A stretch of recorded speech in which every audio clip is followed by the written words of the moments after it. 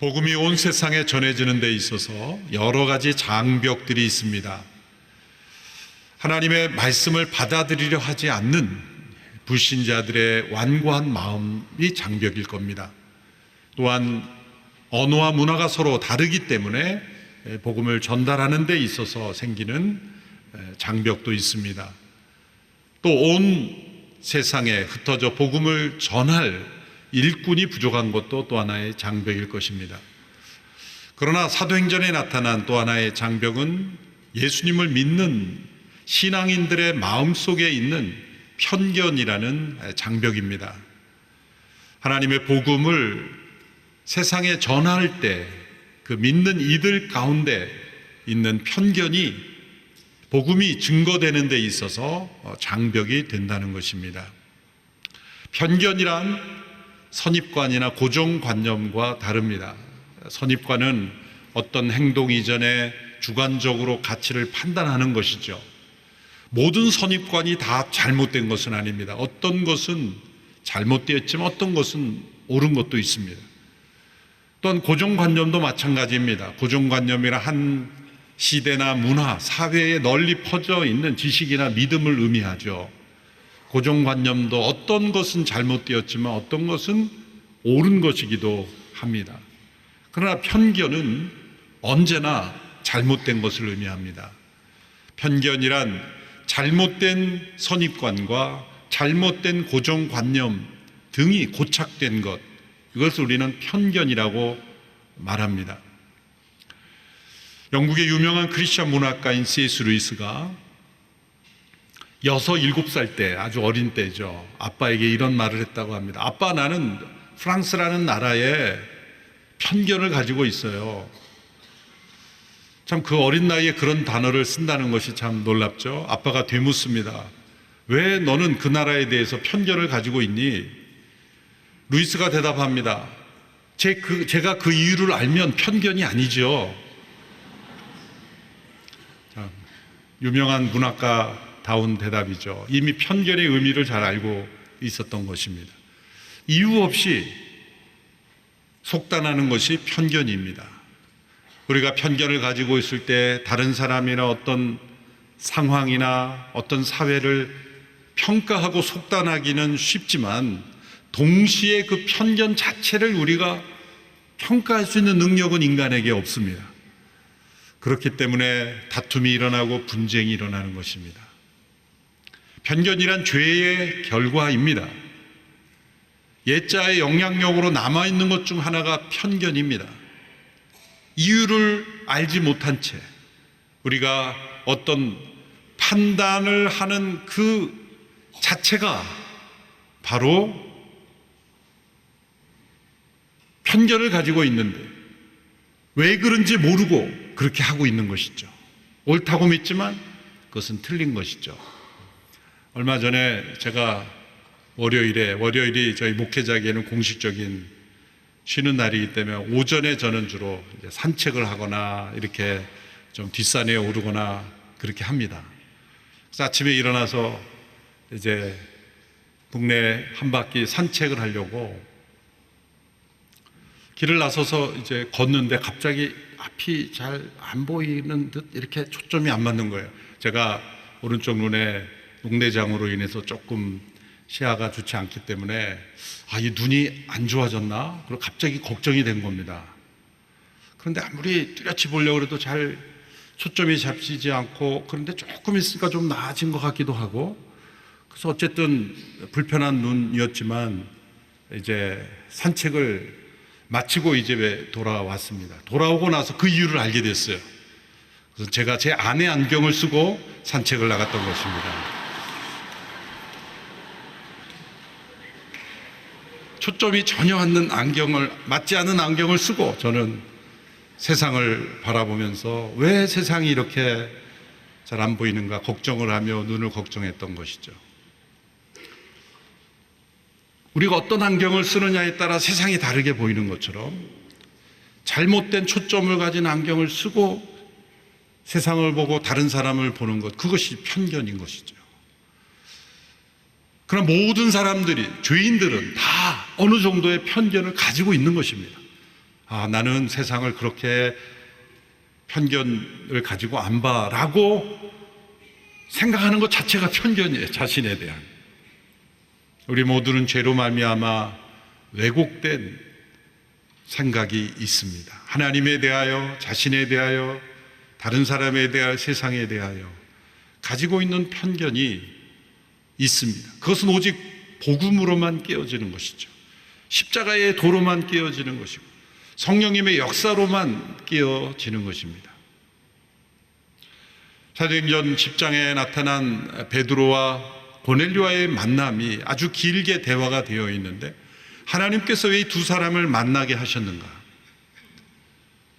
그것은 고넬료를 축복하시고 변화시키는 목적도 있지만 베드로와 그 당시 유대인 신자들에게 있었던 편견을 깨트리시기 위한 하나님의 계획이었던 것입니다. 베드로는 예수님과 3년 동안 동행한 제자요, 부활하신 주님으로부터 사도로 보냄을 받은 사람입니다. 예루살렘 교회의 중요한 지도자였습니다.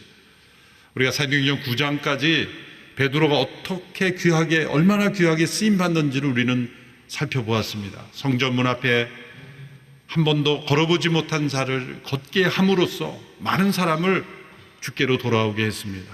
지난주 루다와 욥바에 있던 성도들을 방문하면서 병자를 고치고 그리고 죽은 다비다를 다시 소생케 하는 일에 쓰임받는, 그래서 많은 사람들이 주께로 돌아오게 하는 증인으로 쓰임을 받았습니다. 그런데 그런 베드로에게도 편견이 있었다는 거죠.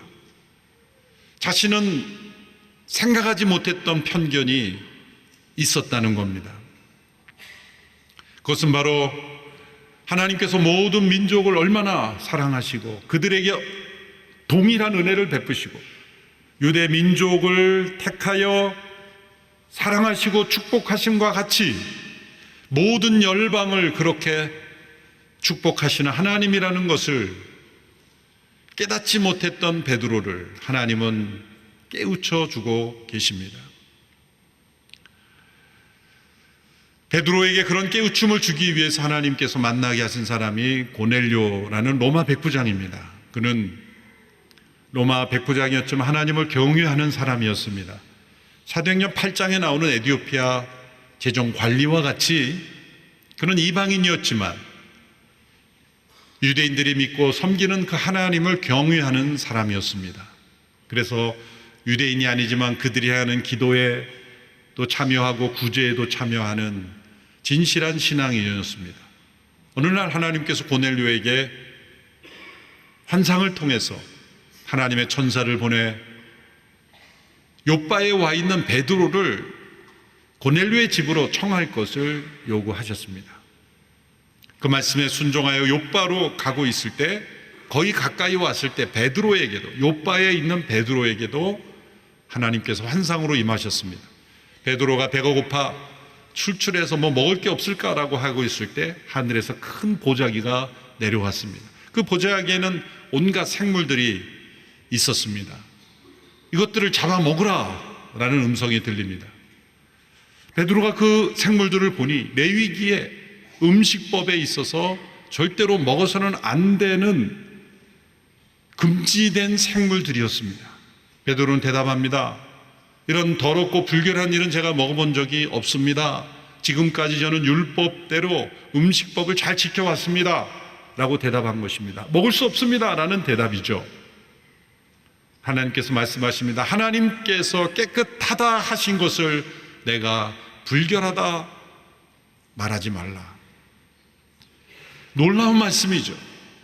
구약의 레위기의 말씀에 금하셨던, 율법으로 금하셨던 것을 이제 내가 깨끗하다 하니 먹으라는 것입니다. 유대인으로서 베드로가 먹지 못했습니다라고 말하는 것은 지극히 당연한 것입니다. 베드로의 살아가는 사회에서는 그러한 생물들을 어쩌면 한 번도 먹는 것을 보지도 못했을 겁니다. 오랫동안 율법을 지켜왔던 유대 사회에서 살고 있었기 때문이죠. 그것은 쳐다보지도 않고 어렸을 때부터 절대로 먹어서는 안 된다고 그렇게 교육을 받았기 때문에 먹어서는 안 되는 것입니다. 그런데 이제 하나님께서 예수 그리스도가 오심으로, 예수님의 십자가 부활 승천하심으로 새로운 시대가 열렸고 하늘나라가 임했고, 이제 하나님께서 모든 구약을 폐하시는 때가 왔음에도 불구하고 여전히 그 시대에 머물러 있는 베드로의 모습을 보십시오. 그는 복음을 지금 전하고 있습니다. 예수님의 부활을 전하고 있습니다. 그를 통해 놀라운 기적이 나타나고 있지 않습니까?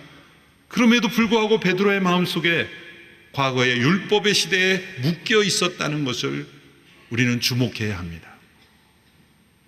이처럼 신앙인의 마음속에도 베드로가 묶여 있었던, 아니 유대인들이 묶여 있었던 편견이, 신앙인의 편견이 우리 가운데도 있을 수 있다는 겁니다.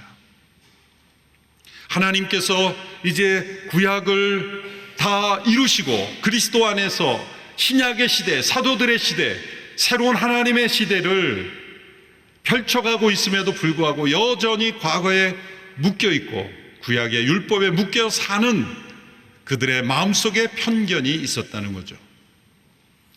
오늘 우리 시대의 이러한 신앙인의 편견은 무엇인가를 우리는 복음의 빛으로 비추어 이것을 깨트릴 수 있어야 합니다. 신앙인의 편견은 무엇일까요? 첫째로 하나님보다 하나님께서 주신 것을 더 중요시하게 생각하는 것, 사상적 우상이라고 말할 수가 있습니다. 유대인들은 하나님께서 율법을 주신 것이죠. 그래서 율법을 지킴으로 하나님을 경외하고 순종하고 있다고 생각했습니다. 그런데 율법을 주신 분이 이제 율법은 끝났다라고 말씀함에도 불구하고 여전히 율법을 붙잡고 있다는 거죠. 분명히 하나님이 주신 것입니다. 그런데 주신 분이 이제는 그것은 끝났다, 유효기간이 끝났다라고 말씀하면 그것을 접을 수 있어야 하는데 사람들이 지켜오던 관성으로, 습관으로, 문화로, 전통이란 이름으로 그것을 거부하고 그 옛 시대에 계속 머물러 살고 있기를 고집했다는 겁니다. 지금의 유대인들이 그렇지 않습니까? 그들은 구약만을 인정하지 신약을 인정하지 않습니다. 아직도 율법을 해석한 진정한 의미의 율법도 아니죠.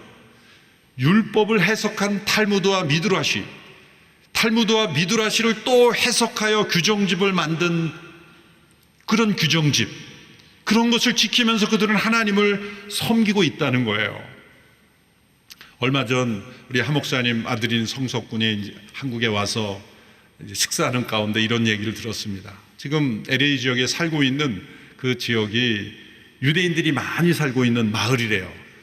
그런데 이 하성석 원장만 한국인이고 나머지는 거의 유대인이라는 거예요. 그 마을에서 갑자기 심야에 막 문을 두들기면서 누군가 도와달라고 막 외치는 소리가 들려서 나가보니까 이웃에 사는 유대인 남성이 와서 제발 우리 좀 도와달라고, 무슨 급한 일이 생겼는가 뭐 할까 우리 집으로 빨리 와달라 그래서 막 급히 갔다는 거예요.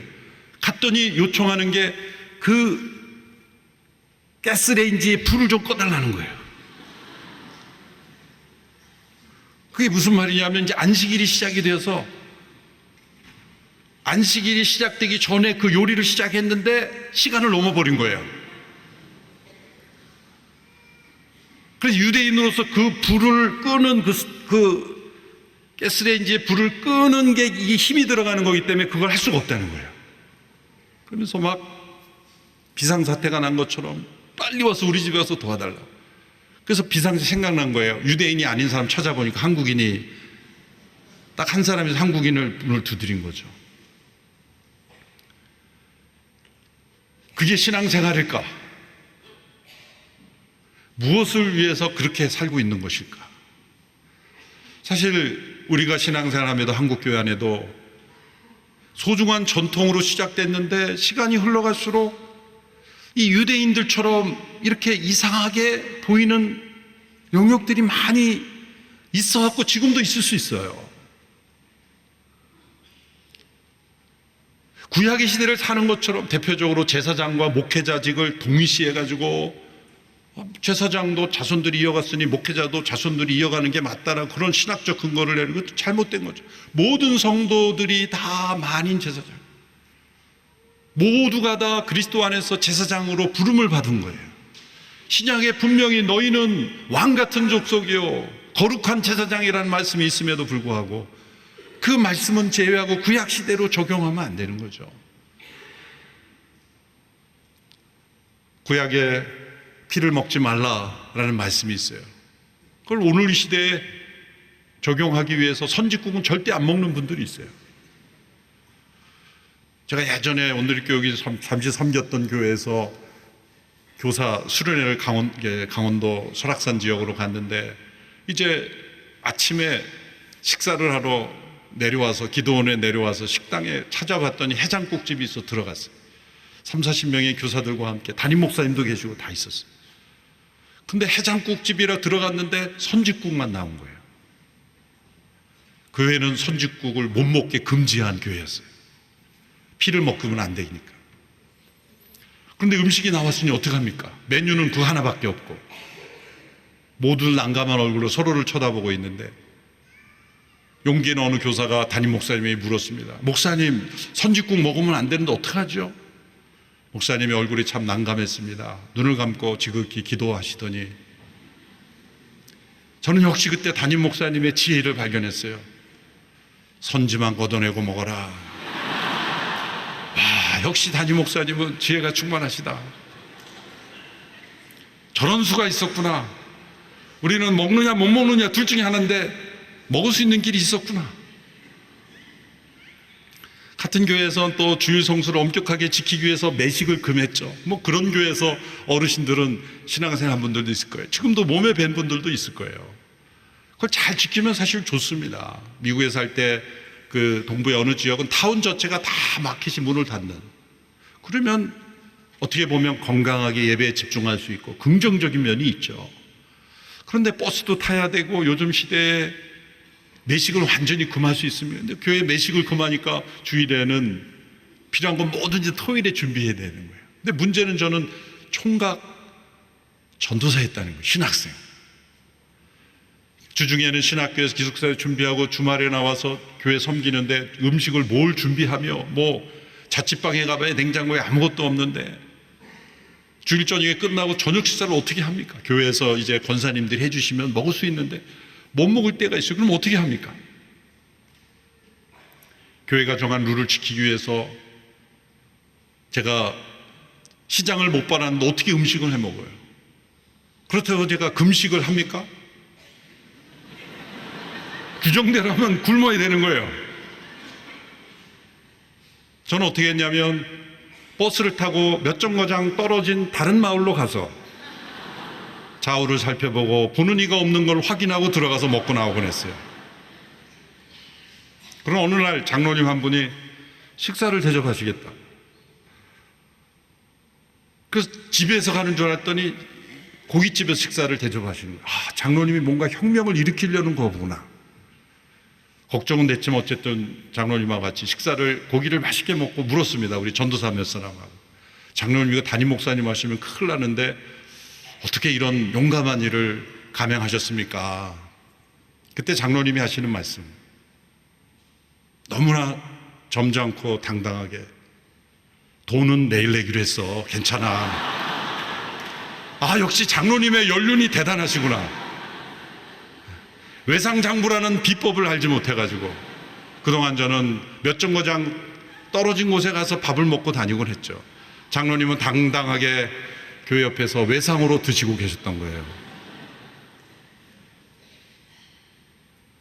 이런 신앙생활이 왜 일어나는 걸까? 구약시대에 묶여있는 거예요. 구약시대에. 안타깝지만 사실 이런 이야기가 한국교회 역사 보면 참 너무나 많이 일어났었어요. 청교도 시대에도 사실은 미국 동부에서 청교도들의 역사를 읽어보면 주일 성수를 한다고 먼 거리에서 유아 세례를 받겠다고 한 어머니와 아이를 내쳐내고 오히려 징계하고, 있을 수 없는 일들이 교회 안에 많이 일어나죠. 제가 졸업한 신학교에 설립하신 분도 부산에서 어느 신학교에 학장을 하실 때 선교사님을 주일날 배웅하러 가는데, 그럴 때는 배를 타고 다 다녔기 때문에 배 시간에 맞춰서 배웅을 하러 갔다가 이게 거리가 너무 멀어서 예배 지각을 했든지 참석 못했든지 그랬어요. 근데 그게 문제가 돼서 결국 해임돼 있어요. 그걸 신앙이라고 생각하는 분들도 있는 거죠.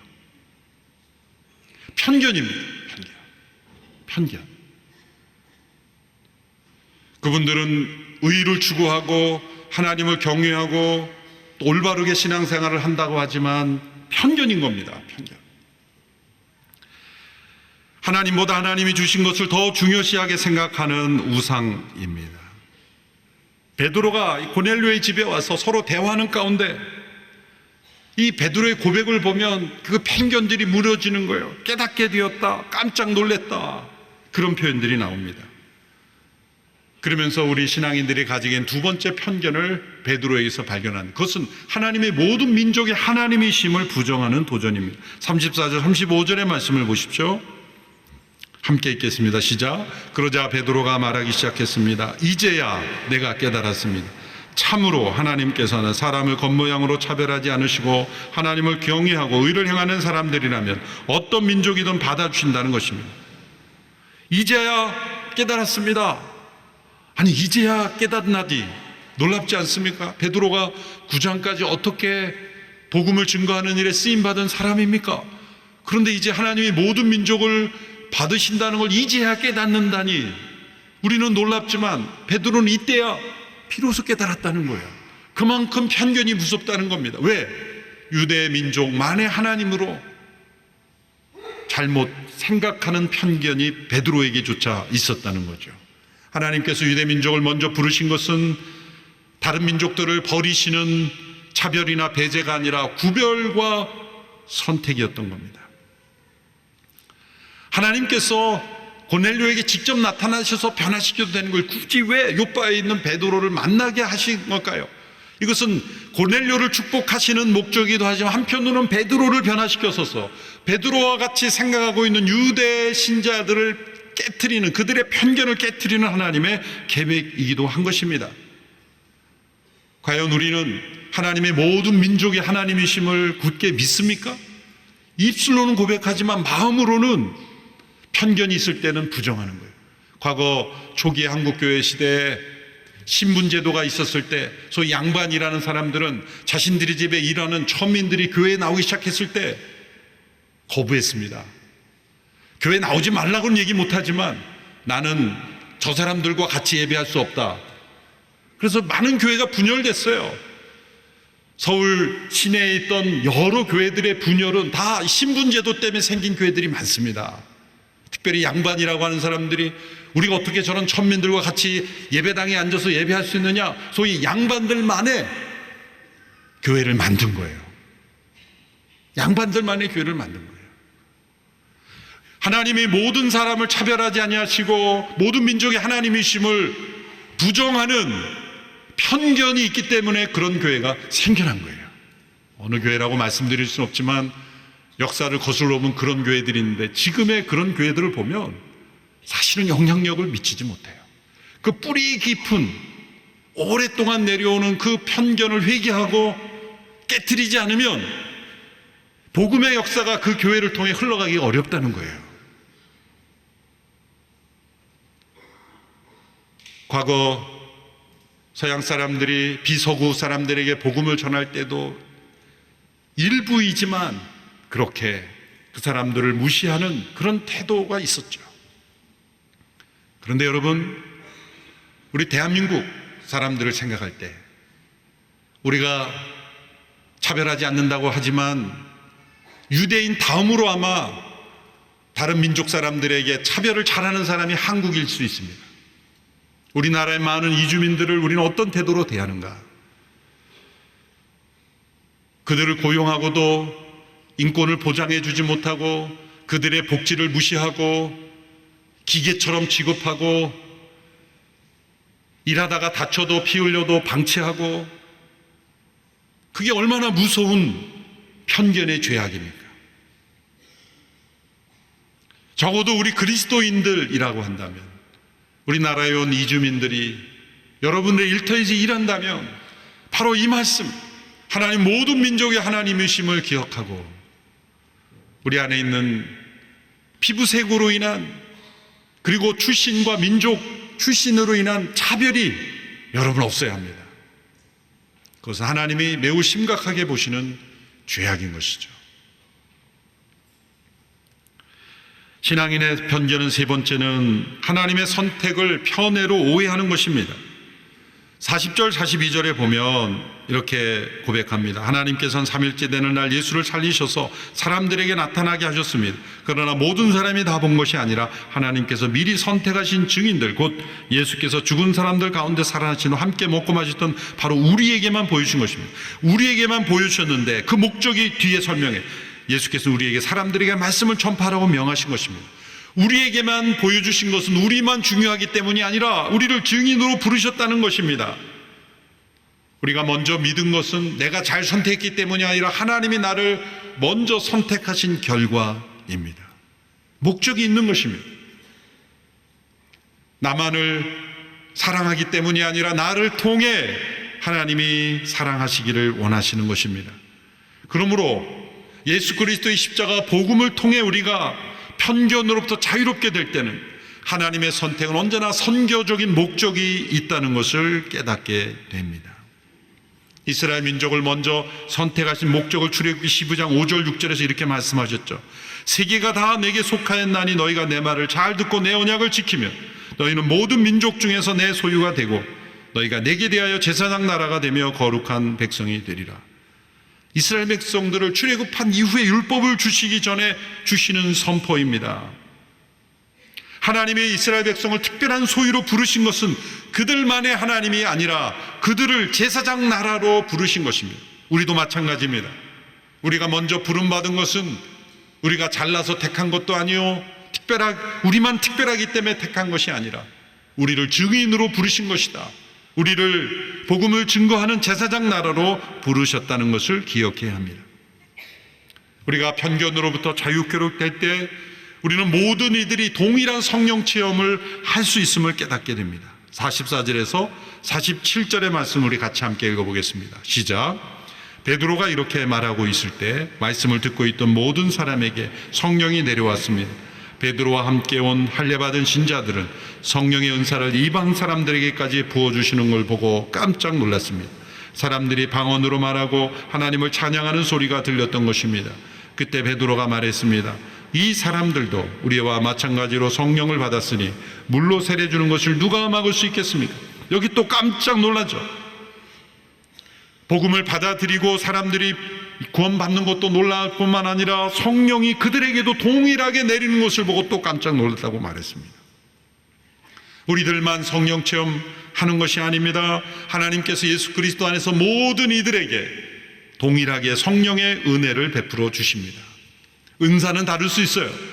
그러나 성령의 약속은 모두에게 주어진 것입니다. 목회자만이 아니라, 교회 중직자만이 아니라, 일부 은사 받은 사람만이 아니라 모든 사람들에게 동일하게 성령님은 임하시고 역사하시는 하나님이라는 겁니다. 내가 체험한 성령의 체험만 올바르다고 주장해서는 안 됩니다. 우리 민족 이 예배드리고 찬양하는 그것을 절대화해서는 안 됩니다.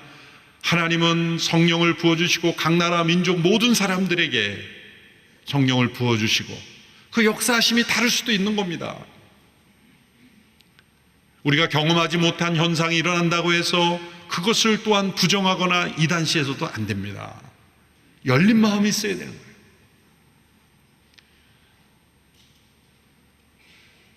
아프리칸 사람들이 하나님을 예배할 때는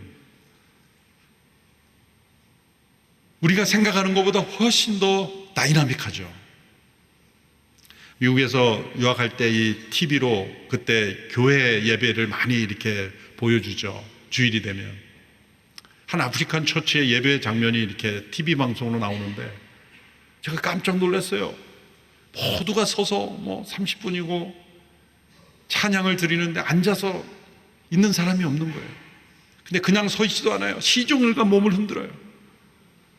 우리가 그렇게 하면 좀 자제하시라고 그럴 거예요, 아마. 놀라운 것은 목사님이 설교할 때 회중에서 일어나가지고 외치는 거예요. 또 우리는 안내원이 그러지 말라 그럴 거예요.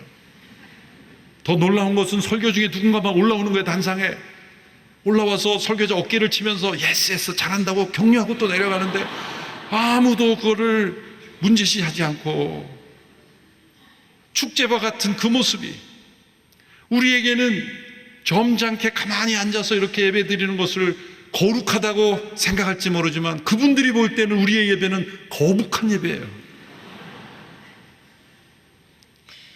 서로 다른 민족이 서로 다른 스타일로 예배할 수 있는 하나님은 너희들의 예배만 받으신다, 그거 없습니다.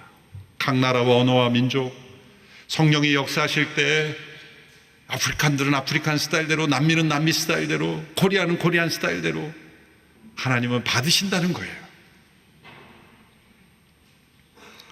근데 유대인들이 저들에게도 성령을 부어주시는구나 깜짝 놀랐습니다. 우리가 이렇게 복음을 통해 편견으로부터 자유롭게 될 때 하나님의 마음을 닮은 사람들로 변화되는 것입니다. 하나님께서 왜 고넬료와 베드로를 만나게 하셨습니까? 고넬료에게는 이방인을 사랑하시는 하나님, 그들을 구원하시는 하나님이 보여주며 베드로와 유대인 신자들, 11장에 보면 베드로가 유대인 신자들을 다시 예루살렘에 만났을 때 이 고넬료를 만난 사건을 가지고 비난하는 장면이 나옵니다. 어떻게 당신이 이방인 사람과 이방인의 집에 들어가 식사를 할 수 있단 말이오? 예루살렘 교회 재직회에 불려가 베드로가 혼쭐이 납니다. 비난합니다. 베드로가 그때 성령이 충만하여 일어난 모든 일을 설명했을 때 그들도 깨닫게 됩니다. 아, 하나님께 새로운 시대를 여시는구나. 우리 안에 편견이 있었구나. 그 모든 장벽이 무너지며 예루살렘 교회에 하나님의 마음을 더 품게 되는 사건이 바로 이 사도행전 10장의 사건입니다. 여러분, 우리 안에도 이런 편견이 있음을 인정해야 합니다. 뭔지 모르지만 있습니다.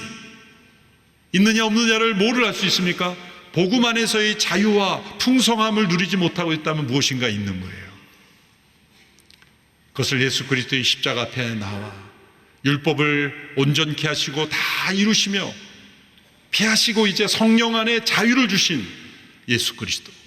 교회는 예수님 빼고는 다 바뀔 수 있는 겁니다. 어떤 제도, 어떤 문화도 절대시할 수 없습니다. 어떤 교회는 이 강대상 하나를 못 바꿔요. 이걸 바꾸면 난리가 나요. 당회가 소집돼서.